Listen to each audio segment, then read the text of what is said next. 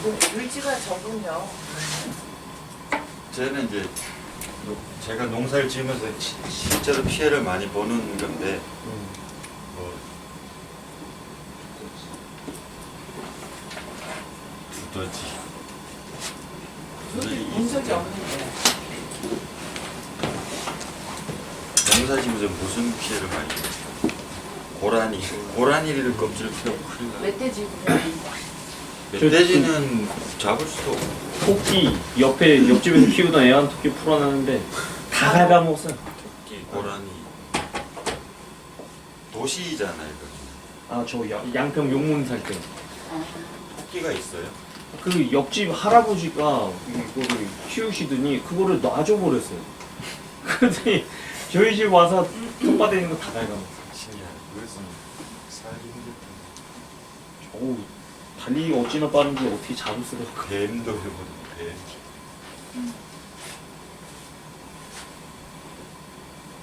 밭에서 나올 수 있는 거.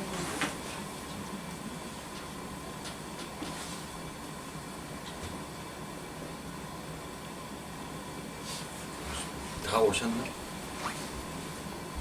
하면서 박 교수님한테 질문 좀 해야 되는데 받아봐 오시겠어요?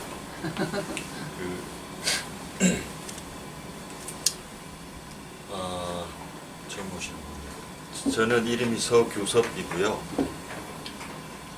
여기 양평 계군에서 농사를 짓고 있습니다.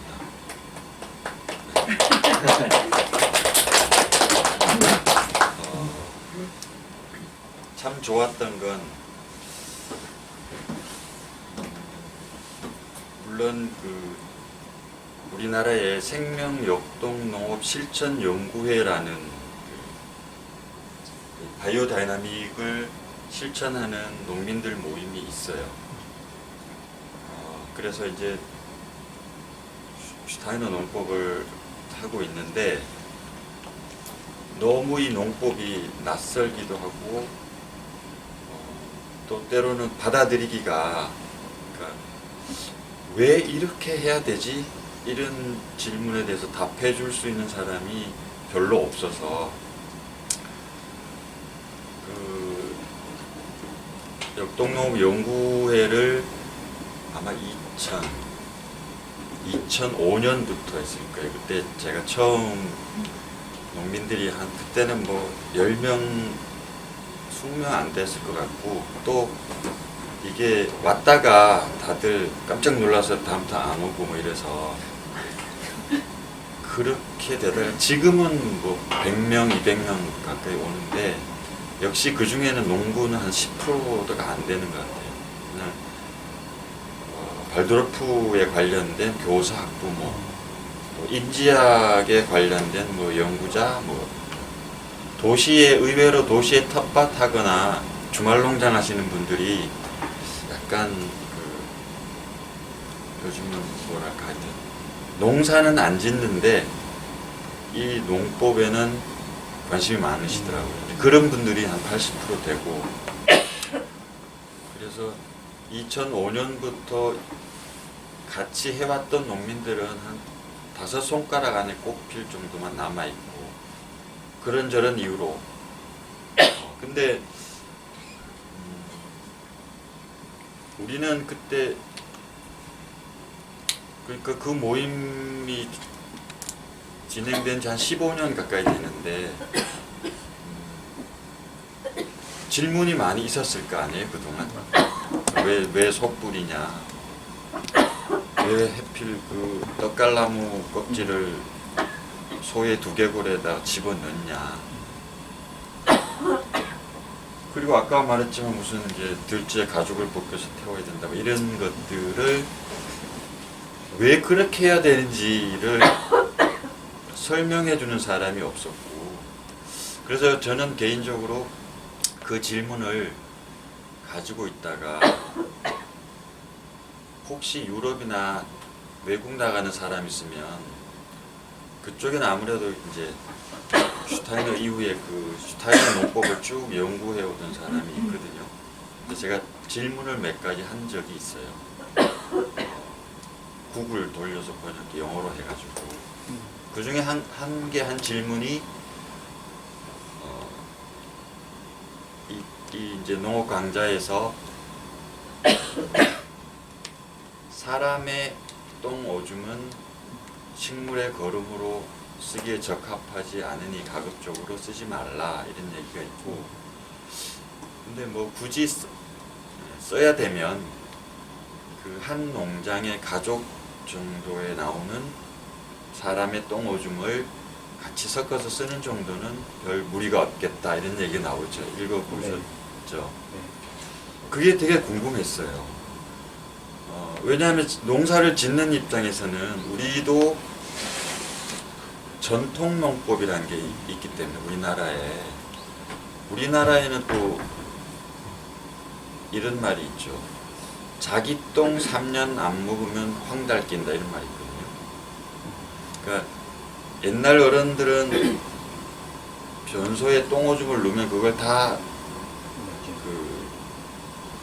삭혔다가 거름으로 쓰잖아요. 그래서 그 똥을 안 먹으면 황달 낀다는 것은 이제 간 안 좋으면 우리 노래지나 하여튼 그렇게 그런 말이 있는데 슈타이너는 또 그걸 쓰지 말라고 그러니까 이런 질문을 했더니 지나고 나니까 그런 질문이 그 사람들한테 좀 낯설은 질문인 것 같아요. 유럽 사람들은 똥 오줌을 이렇게 쓰는 그런 문화가 농경 문화가 없으니까 그렇게 할 수도 없고 넓은 땅덩어리에 가족들이 아무리 열심히 똥 오줌을 싸고 모아도 그 몇 헥타르를 뿌릴 수 없는 거잖아요. 우리는 대신 조금 텃밭에 그래서 농업 문화 환경이 달라서 그런가 보다 그랬는데 어쨌든 놀랍게도 이 책에 보면 이 책과 관련된 슈타이너와 관련된 사람 중에 한 분이 예전에 우리나라에서 사람의 똥 오줌을 처리하지를 못해가지고 이걸 어떻게 처리하면 될까라고 의뢰를 했더라고요. 그러니까 지금 말로 하면 용역을 준 거죠. 아마 여기 책에 관련된 분이 용역을 하다가 그걸 끝내지 못하고 돌아가신 것 같아요. 그래서 그 부분의 답이 기타 여러 가지 답을 저는 여기 발도르프 학교 선생님들 만나면서 박교원 선생님 만나면서 상당히 많이 풀렸어요. 우리 농민들끼리 모였을 때는 뭐 답을 해줄 수 있는 사람이 없으니까 책 보고 그냥 우리가 모르면 외워서 그냥 하자. 그리고 이제 무슨 종교처럼 그냥 믿어야 되지 이러고 이제 넘어갔는데 그런 질문들이 여기 이제 양평자유학교 박교원 선생님 얘기를 들으면서 저도 농사 짓다 보니까 강좌를 매번 듣지는 못했는데 이런 기회에 제가 이렇게 들으면서 실제로 박교원 선생님은 농사를 짓고 있지는 않은데 제가 지으면서 들었던 질문의 그 왜라는 물음에 대한 답들이 이제 나오는 걸 보면서 저도 깜짝깜짝 놀라요. 오늘도 마찬가지고 사람 인분을 왜 쓰지 말아야 되나라는 얘기를 오늘 책을 읽으신 분은 그 7, 8장 마지막 장에 보면 약간 이렇게 어렴풋이 나와요. 근데 아마 그걸 우리가 이해할 수 있게끔 설명을 해준 분은 저는 박교원 선생님 처음이었어요.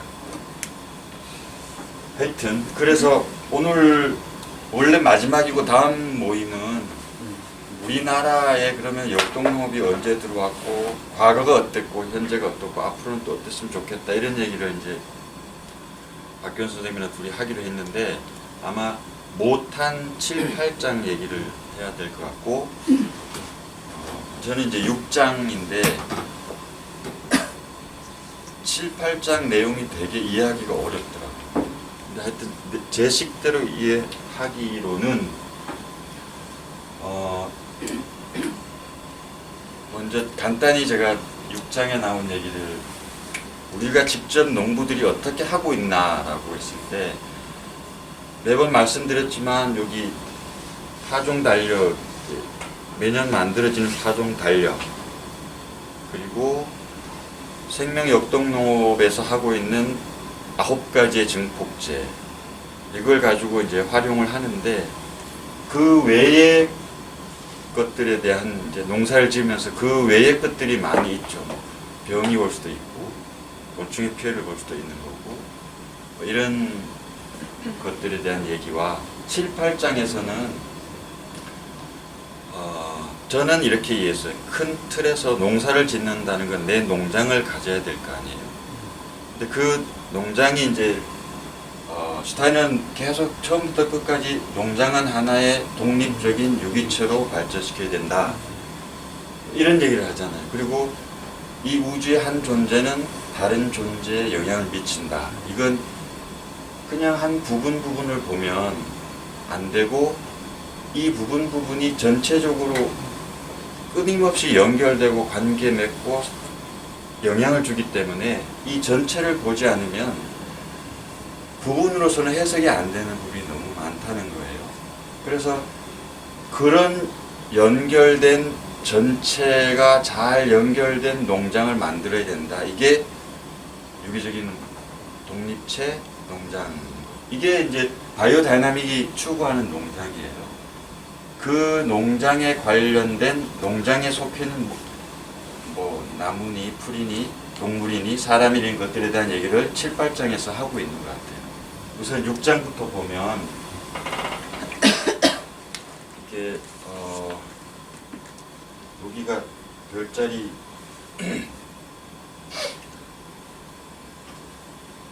지구에 있는 나를 중심으로 봤을 때 태양이 이렇게 지나가는 길을 황도라고 그러잖아요. 그 황도를 생각해 보시고 황도를 보면 사실은 많은 별들이 있지만 붙박이로 있는 황도상에 걸쳐 있는 별들을 우리가 12별자리라고 12궁도라고 하는데 그 궁도가 기호로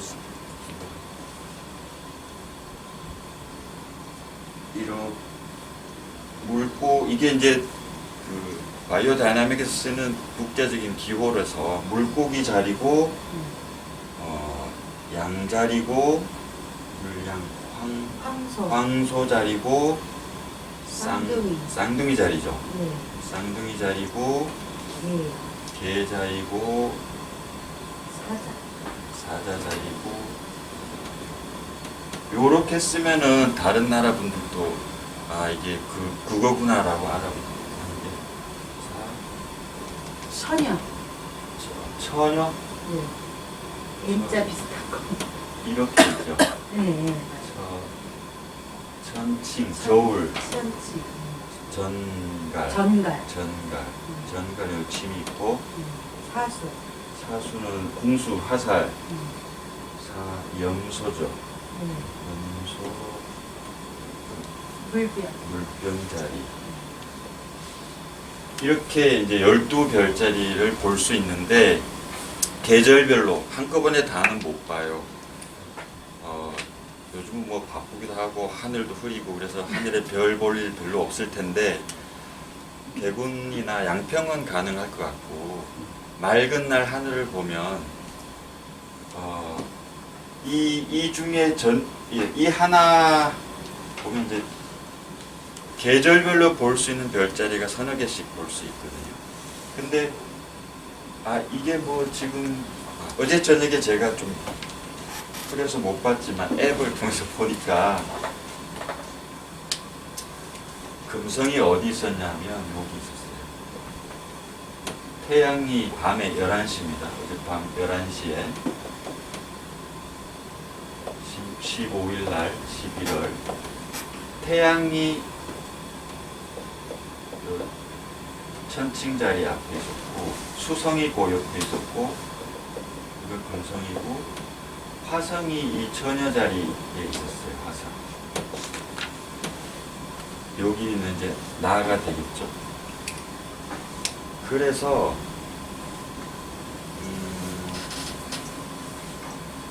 일단 이 사이에서는 행성들이 움직이는 거죠. 지구보다 안에 있는 놈들은 빨리빨리 움직일 거고 지구 바깥에 있는 놈들은 1년이 지나봐야 요만큼 움직이는 놈이 있을 거예요. 토성 같은 경우는 공전 주기가 길기 때문에. 그래서 각 위치, 그러니까 행성과 별의 운행도를 보고 그 행성과 별이 지구에 있는 식물에게 미치는 영향을 분류해서 만들어 놓은 달력이 저거예요. 그리고 6장에 보면 잡초는 예를 들면 그 6장 끝마치고 토론에도 나오는데, 만약에 지구에 있는 모든 사람들이 잡초를 없애려고 뭐 한국이든 일본이든 미국이든 유럽이든 특정한 잡초를 가지고 다 태워서 해버리면 지구상이 없어지지 않냐, 이런 이제 염려를 하고 그러는데 그럴 일은 없겠죠. 그래서 이제 잡초는 제가 지난번 한번 말씀드렸는데, 예를 들면 식물이 자라는 층을 작도층이라고 그러는데 보통 한 40cm 정도에서 자라요. 지표면 40cm. 그 깊이 들어가는 작물 뿌리도 있지만 몇 개 안 되고 40층을 싹 걷어냈다고 가정하면 제일 먼저 올라오는 풀들은 규소 성분을 필요로 하는 풀들이 올라오거든요. 규소 성분을 많이 필요로 하는 것들이 우리가 흔히 말하는 약간 잎이 뾰족뾰족한 식물들이에요. 억세프 이런 것들이거든요. 그래서 그 땅의 성질에 따라 각각의 어떤 풀들이 자라는가 보면 다 다른 경우가 있어요. 그래서 거기에 이제 저는 농사를 지면서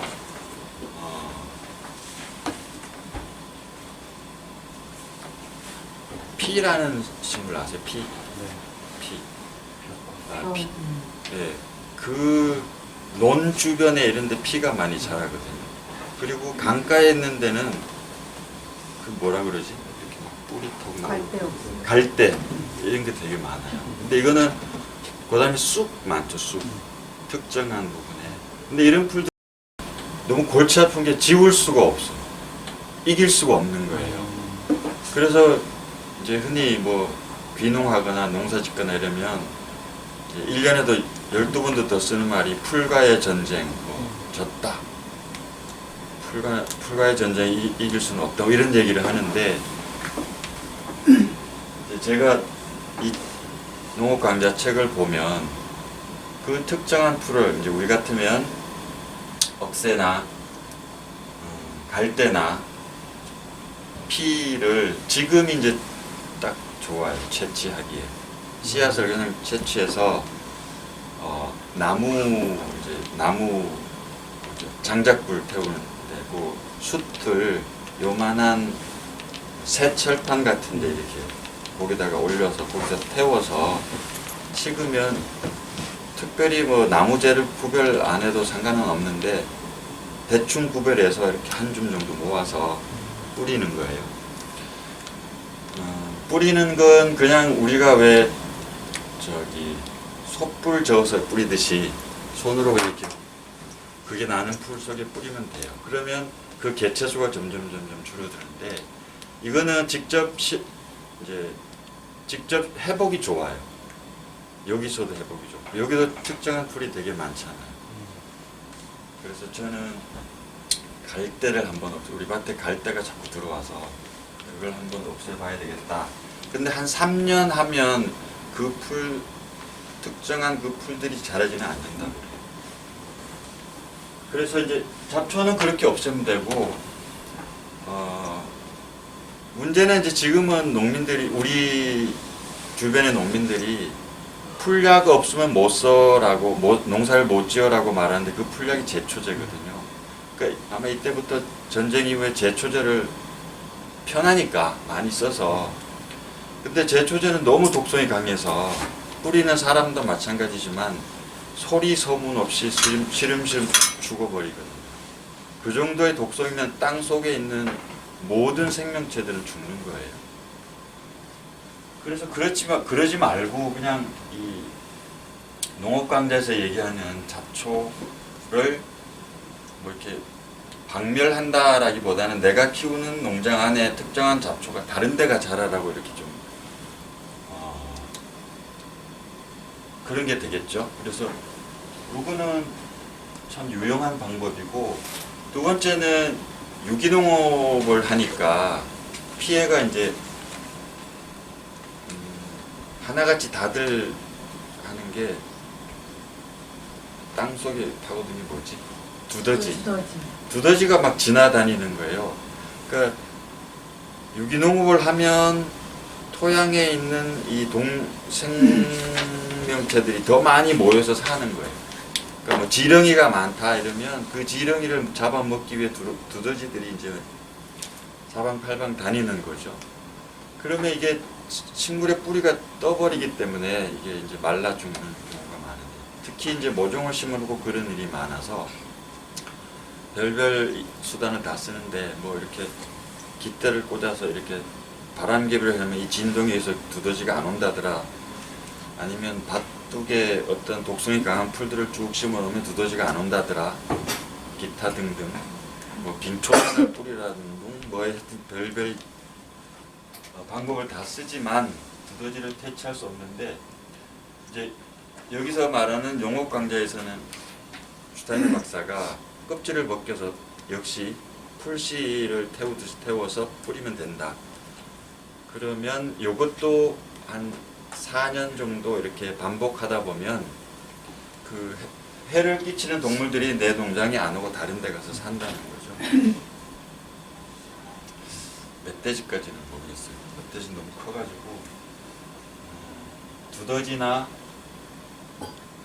뭐 다른 들쥐나 이런 건 가능할 것 같고,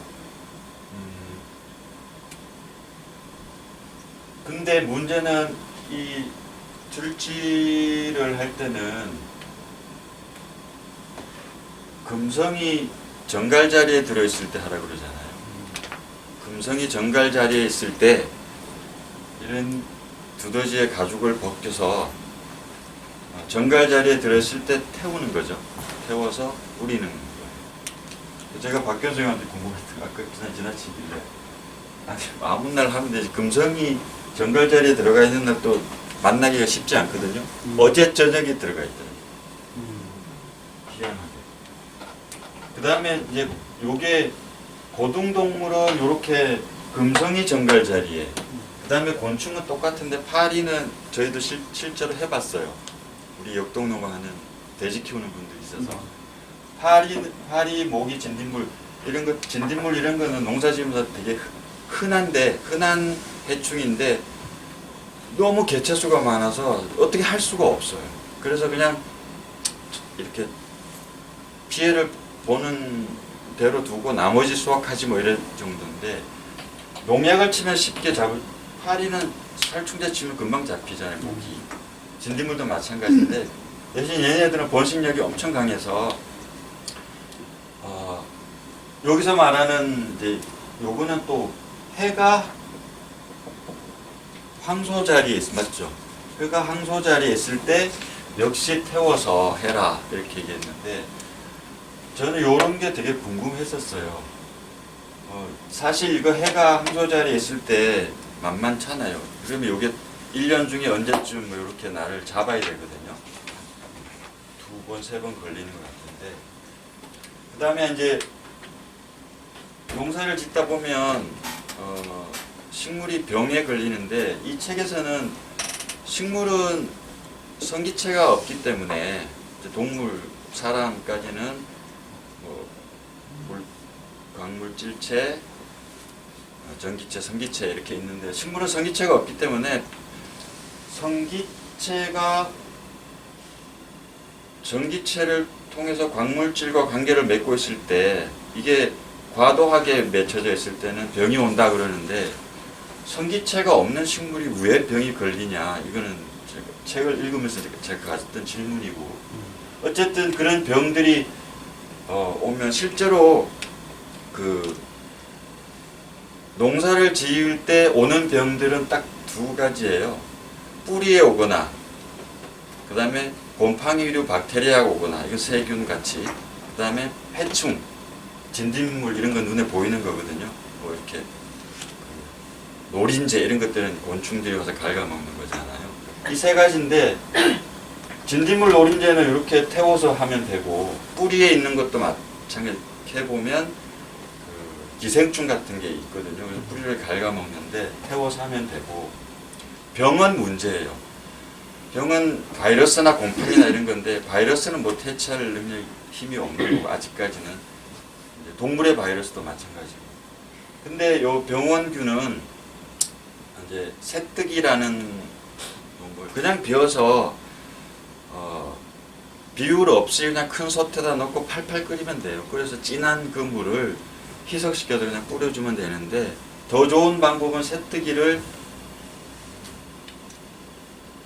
약간 여름 지날 때 되면 새뜨기가 좀 늙어갈 때쯤 되면 색깔이 약간 변해. 그때를 비워서 그늘에 말려 놓으면 이게 그대로 색이 마르거든요.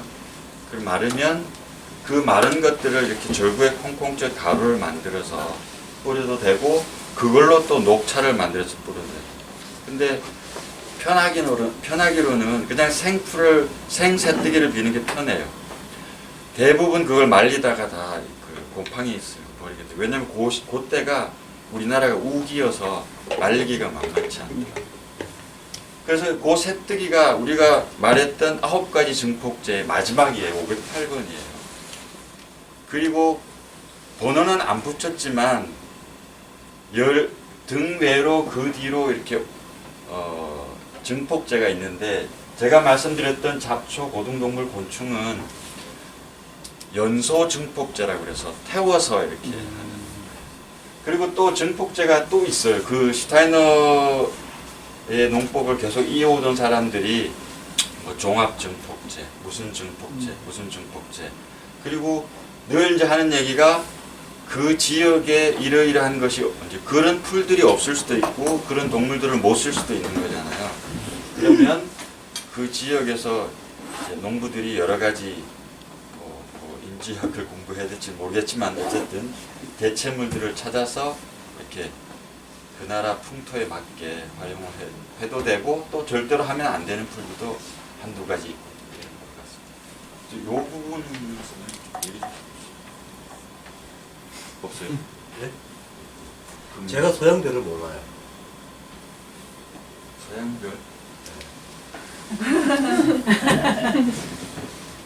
그래서 저게 그러면 자축이 멸함에 어디에 해당하는 거죠? 전 그걸 몰라요. 이게 문제야. 지금. 시기를 얘기해 주시면 시기? 어차피 그 이게 4월, 5월, 6월, 7월, 8월, 9월, 이게 10월, 11월, 12월, 1월, 2월 이렇게. 양력으로. 예. 양력으로 가는 거죠. 그러면 양력 12월 달에 금성이 어떻게? 그러니까 기운이 예. 이제 꼭 금성이라고 표현했는데 나중에 보니까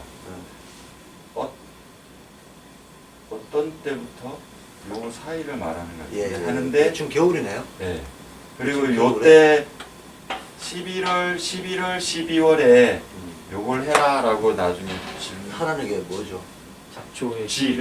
태우라는 쥐. 거. 들쥐의 가죽을 벗겨서 어. 태워라고 요때쯤 될 거고, 어.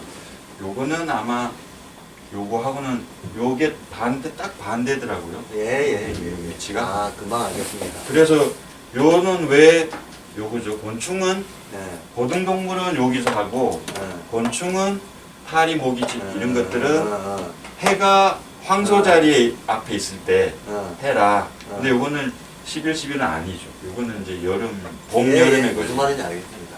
아, 이건 너무 간단한 건데. 자축인묘 진사음에서 지금 저 12월에 해당하는 게 자월이에요, 자월. 네. 자월에 동물이 쥐잖아요. 네. 그렇죠. 쥐가 근데 그러니까 그 쥐를 상징동물로 놔둔 이유 자체가 쥐가 의미하는 게 음성이거든요, 음성. 그러니까 어차피 겨울이 목과 토금수 중에서 수 계절이고 그 중에서도 그 음성이 제일 강할 때가 젖대예요. 아. 네, 젖대고 실제 저 계절의 음성을 가장 많이 이렇게 대표적으로 가지고 있는 동물이 또한 쥐인 거예요. 그러니까 음이 가장 강할 때. 그렇죠. 음이 가장 강할 때인 거죠. 그러니까 음이 가장 강할 때의 개를 그 음성이 극대화되어 있는 개를 태워가지고 뿌리면 효과가 극대화된다는 거예요. 그러면 거꾸로 여름이라고 하는 거는 저기 화기운이니까 분산력이 제일 강할 때잖아요. 제일 분산되어 있는 애들이 곤충류들이에요. 곤충류가 목화토금수로 보면 화의 끝, 토의 시작 부분이거든요. 그게 한여름이에요, 실제로. 그래서 곤충류들 잡을 때는 한여름에 곤충류들이 힘이 제일 세니까 예. 자기 힘이 극성할 때 그 번성한 개를 잡아가지고 태우라는 거죠. 그 잡초는 아무 때나 다 해도 되는 거. 예. 식물이니까 그래. 그리고 저 음성이 강할 때는 아무래도 이게 좀 부피 있는 고등동물이라기보다는 곤충류들 이런 애들은 쉽게 말해서 이렇게 형태로 보자면 이게 분산이 극대화되면 이게 아무래도 조그만 곤충류들이 되는 거고 더 극대화되면 곰팡이류가 되는 거고 이렇게 되는 거죠. 조금 음충력이 세지면 좀 덩치 있는 애들이 되는 거고 이렇게 되는 거죠. 근데 그건 밑에 보면 G 12월 그리고 진디나 곤충이 6월 여름 더울 때 매치가 딱 되는데 왜 금성이 정갈 자리에 갈 때 하라고 했을까요? 그거는 모르겠어요. 아, 그건 서양처럼. 거기는 이게 보면 시기가 딱 뭐- 이렇게 가나요? 아마도 그 위치가 이렇게 가는데 음의 성질이 극대화되는 그 시기 요 시기를 얘기하는 거예요. 요 때부터 예를 들면 요 때부터 그러니까 처녀 자리 때부터 여기 물병 자리 사이에 일을 해라. 그런데 뭐 여기 보면 애벌레를 할 때는 요쪽으로 더 치우쳐서 하고 날개 달린 놈은 요쪽으로 치우치고 이런 거 보니까 선생님이 요 전체를 가지고 기간으로 보고 이것도 이렇게 보는 거 같아요. 그래서 자꾸 실험을 해보라 그러는데 우리는 그러면 들쥐를 뭐 요때 보고 요때 보고 자꾸 해봐야 된다는 건데 쉬운 일은 아니죠. 한번 해보고 싶은데 솔직히 지 잡아서 껍질 벗기고 그걸 못해 지금. 요거는 파리 모기는 할 수 있어요. 아, 쥐를 잡기는 잡을 것 같은데 껍질은 쥐를 벗기네. 네. 그러니까 아까 이제 선생님 멧돼지 껍질 벗기라고 통째로 하면 안 돼요? 꼭 껍질을 벗겨. 껍질을 벗기라고 그러는 거. 그것도 뭔 이유가 있는 것 같아요. 그럼 말리면 껍질만 남잖아요. 곤충은 통째로. 그리고 선생님 보면 아니 곤충은 껍질을 벗길 수가 없잖아. 어릴 때뭐 있어? 벼룩이 간독해. 근데 요 곤충은 또 보면 태우는 것보다 썩혀서 하는 게 훨씬 더 효과가 있다고 그러거든요. 근데 썩히기가 쉽지 않으니까 간단한 태우는 방법이 훨씬 더 그것만으로도 충분하다. 네, 그러면 이거 좀 또 제가 이제 자꾸 옆에 거 여쭤서 죄송한데요. 가죽하고 사람하고가 뭐가 달라요? 네? 가죽하고 살하고가 뭐가 달라요? 그건 몰라요. 가죽하고 뭐야? 살. 살? 동물의 그 살하고 굳이 뭐가 살을 안 틀리길래 쓰고. 가죽을 벗기라는 얘기냐 그 말씀이시죠? 아니 꼭 벗기는 걸 떠나서 응. 왜 그 가죽옷을 해 입혔더라 이런 것도 있는데 가죽하고 살하고가 뭐 어떻게 다르냐는 거죠. 뭐가 도대체? 별 다를 게 없죠. 근데 이 바깥쪽에 나와 있는 이게 다 근육인데, 그죠? 근육 중에서 표피를 듣고 있는 애들이 조금 더 저기 그 음성이 강한 애들이죠. 겉에 있는 것들일수록. 그러니까 맨 바깥에 나와 있는 피부 쪽이 음적 양적으로 봤을 때 근육 중에서 음성이 제일 강한 애들이고 안으로 들어갈수록 연한 애들이죠. 예. 이거 아니 목화토금수의 금이 아니고 음성, 그러니까 음성. 제일 음성이 살을 태우는 것보다는 그 가죽을 태우는 게 제일 극성 중에 극성의 상태가 그렇죠. 음성이 가죽이겠네요. 네, 그렇죠. 그러니까 그거 가죽을 붓기라는 건데 저것만 전문적으로 하는 기업체 하나를 만들면 또 어떤 거 보면 여기 쥐가죽 보면 박히는 게 뭐 많잖아요. 소똥에 뭐 하고 여기 지금 여기 관련된 것만 전문적으로 하면 정폭제 전문기업. 네 전문기업. 네. 네. 유럽에는 괜찮다. 있더라고요. 유럽에는 있는데 오. 슈타이너 박사는 그걸 싫어했었어. 상업화하지 말라. 아. 왜냐면 요걸 들쥐를 그러면 지금 잡았다가 한 달, 두 달 뒤에 껍질 벗겨서 이렇게 하지 말라고 그러거든요. 그러니까 증폭제도 보면 만들어서 그 하루 안에 아니면 3시간 안에 딱 세상에. 뿌려주라고. 어려워. 시어머니도 그런 그리고- 시어머니도 없네. 뒀다가 다시 내일 쓰면은 다시 1시간 저으라고. 양이 부족해서 물을 보충할 땐 다시 1시간 저으라고. 그러니까 상업화가 안 되는데 유럽에서는 이제 그 자기들끼리 협동조합이나 이런 조직 이제 장목반 같은 걸 만들어서 너는 증폭제만 만들어 이런 식으로 해서 자기들끼리 그 정도는 그러면 만약 슈타이너 박사가 지금 우리 라면을 보면은 뭐라고 얘기하실까요? 한 1년을 둬도 괜찮은 이 라면을 두고. 많이 먹지 말라고 그래요. 그래 정답 얘기했을 것 같지가 않아요. 맞았을 것 같아. 근데 왜냐하면 우리 이제 그 통에다가 소불을 봄에 캐서 넣고 한번 1시간을 저었는데 그냥 이렇게 저으면 그나마 덜한데 온 힘으로 저어서 회오리를 이렇게 만들거든요. 물통 속에 계속 저으면. 그럼 그 즉시 반대쪽 방향으로 이 회오리를 깨면서 또 계속 젓는데 1시간 젓는데 보통 한 번 10초에서 20초를 한 방향으로 돌아가더라고요. 1시간 동안 계속 이 짓을 하면 아무리 젊어도 한 20분 30분 지나면 온몸이 땀이 쫙 흐르거든요. 그래서 이 농업 강좌 책에도 보면 아마 머지않아 누가 이걸 돌리는 기계를 만들 거다. 지금 있어요 그런 게. 많아. 네. 우리도 돌리는 거. 그 생명 역동농 모임 오는 분들 중에 요런데 이제 기계나 관심 있는 분들이 지난번 모임 갔더니 내가 소형으로 돌리는 게 모타가 한 방향으로는 도는데 바로 이렇게 역방향 이게 이제 쉽지 않대요. 있는데 비싸고. 근데 요걸 우리 왜 밀가루 막 젓는 거에다가 젓다가 일로 막 돌려야 되거든요. 그걸 개조해가지고 만들어 와서 자랑을 막 하던데 밀가루 반죽하는 거. 그걸 이제 자기가 뭐 기계를 만질 줄 아니까 한 방향 돌다가 한 20초 돌면 요게 생기면 다시 반대로 바로 돌게 만드는 거예요. 근데 이제 슈타이너 박사는 아마 그럴 줄 알고 미리 그때 1924년도쯤에 아마 기계를 만들지 않을까. 너무 힘드니까. 근데 사람의 손으로 이렇게 느끼면서 젓는 게 제일 좋은데 그게 힘들면 뭐 굳이 이제 안 하는 것보다는 기계로 하는 게 낫다 이런 얘기.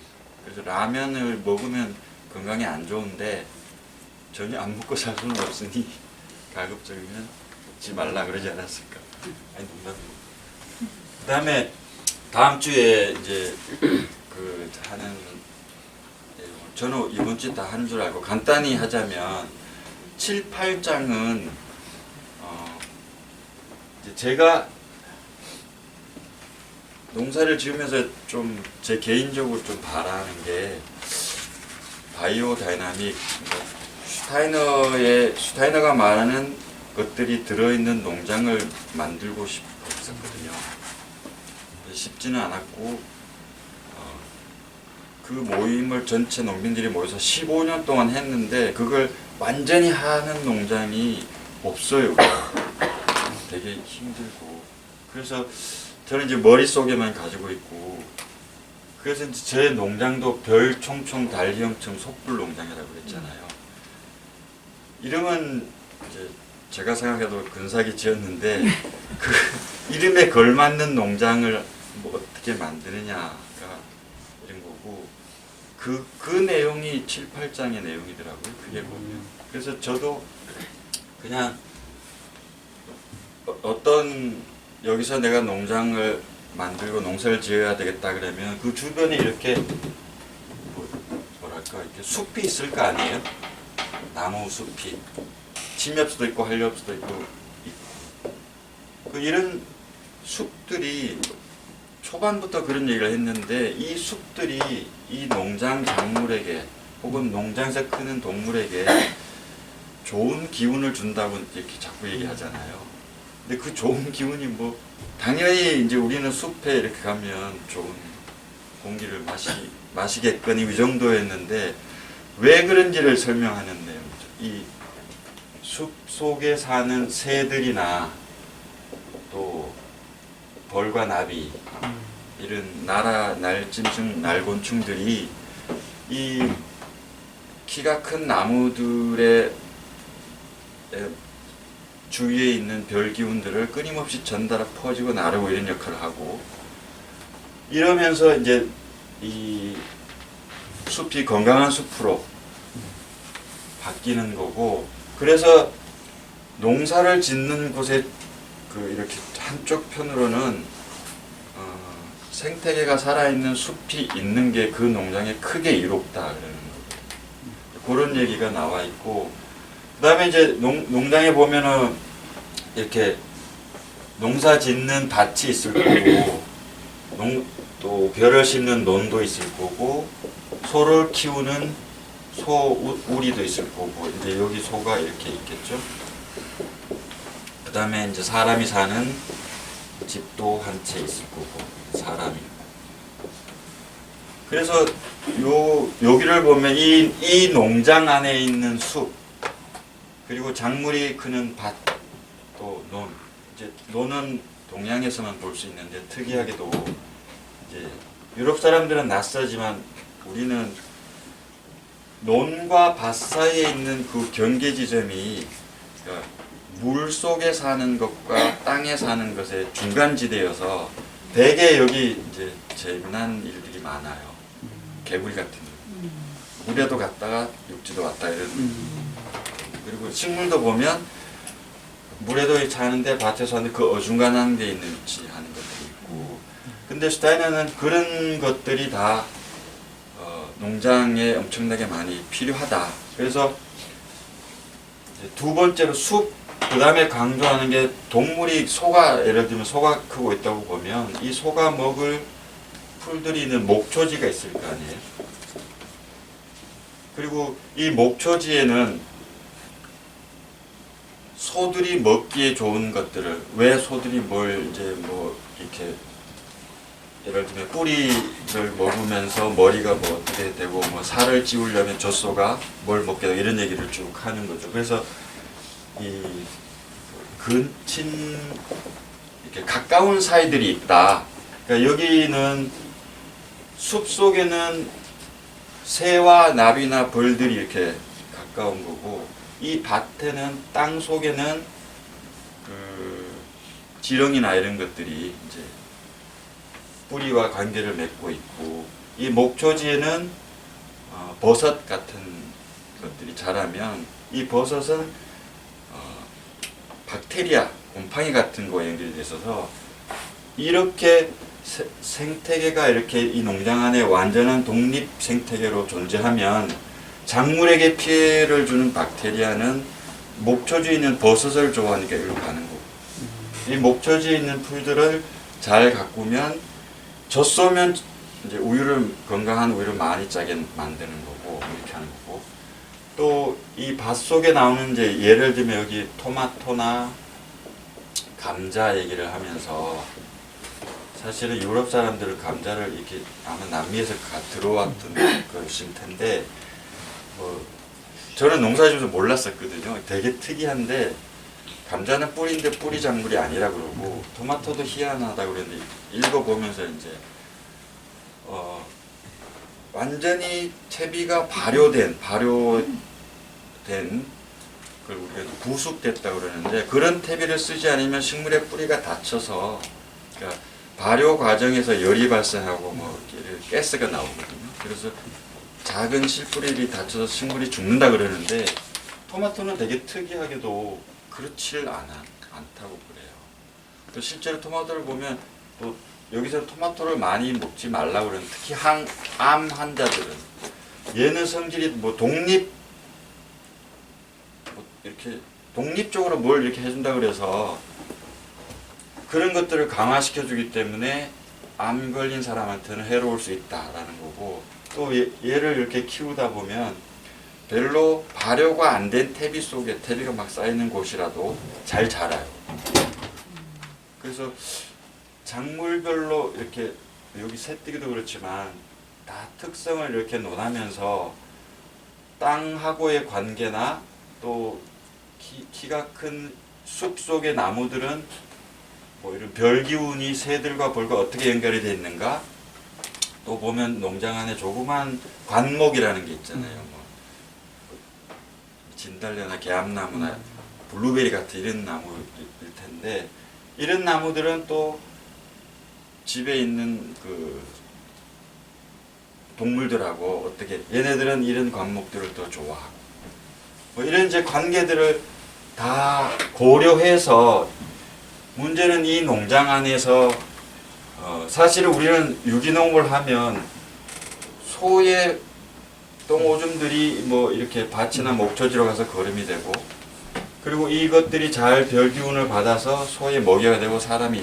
이 정도만 이해하고 있었는데 그렇지 않고 더 넓어서 내 농장 옆에 있는 숲 속에 있는 새, 뭐 땅 속에 있는 지렁이를 비롯한 곤충 이런 모든 것들이 온전히 별기운을 받아서 순환하게 만들어서 생산되는 농작물, 생산되는 목초, 반목, 숲 이것들이 이제 계속 농장에서 돌아가는 이게 하나의 이제 농장은 살아있는 유기체가 되는 거잖아요.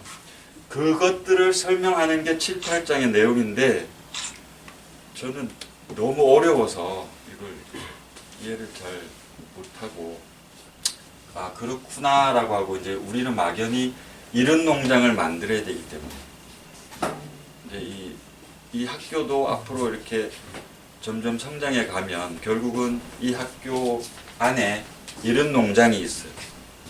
소도 크고 돼지도 크고 뭐도 크고 그리고 이렇게 발생되는 질병이나 이 농장을 해를 끼치는 이런 들쥐나 파리들은 이런 방식으로 하고 또 508번 증폭제 풀을 얘기했지만 500번부터 쭉 있는 톡풀, 뭐 카밀레 여러 가지 풀들이 이 농장 주변에 자라고 있어요. 이걸 채취해서 증폭제를 만들고 이게 이제 바이오 다이나믹이 실현되는 농장이거든요. 이제 저는 그런 꼭 해봐야 되겠다라고 마음을 먹어서 7, 8장이 되게 와닿았어요. 그래서 죽기 전에 만들 수 있을런가 모르겠지만 기대는 한갑 전에 만들 자격이 있는 거구나.